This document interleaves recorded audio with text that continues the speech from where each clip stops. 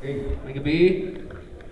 Para rin sa tanang mga currently experiencing like breakups or nag-move on, there are three reasons that I've considered for moving on. First is nagi saktong closure. Second is delete the pictures and delete the messages.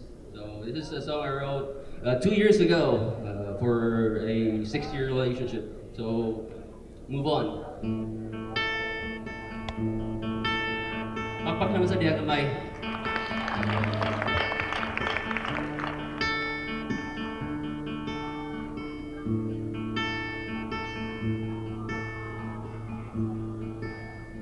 Saan ka karoon?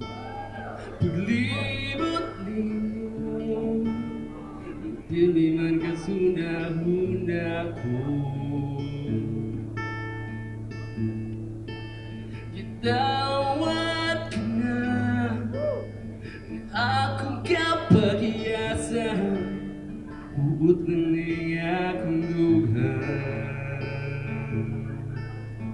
Bisagun saon ikaw lang gihapon ang akong handumon karon.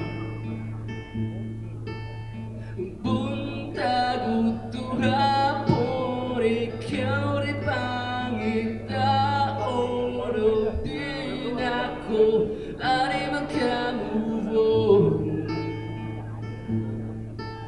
Hindi na ko maka-move on.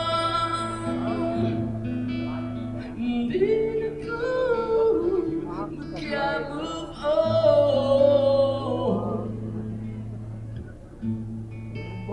Unsaon ko karon pagkuhaning muhon nga sa dughan ko nalubuhon.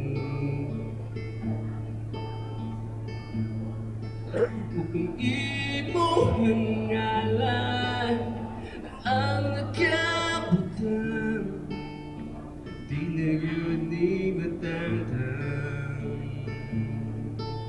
Kabisagun saon ikaw lang gihapon ang akong handumon karon.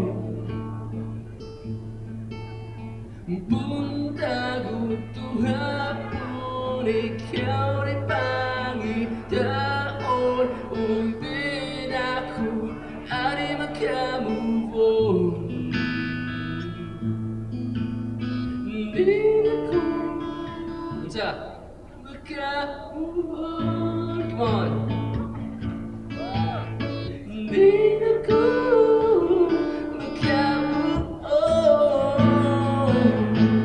So our love is fading, and this life is no meaning. We'll find a way. We will find some better days.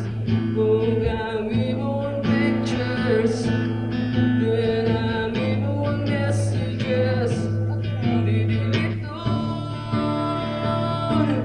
Nakasave na pirmi sa akong phone. Hindi na ko maka-move on. Hindi na ko maka-move on. Salamat. Wow! Thank you so much, Alain Agadir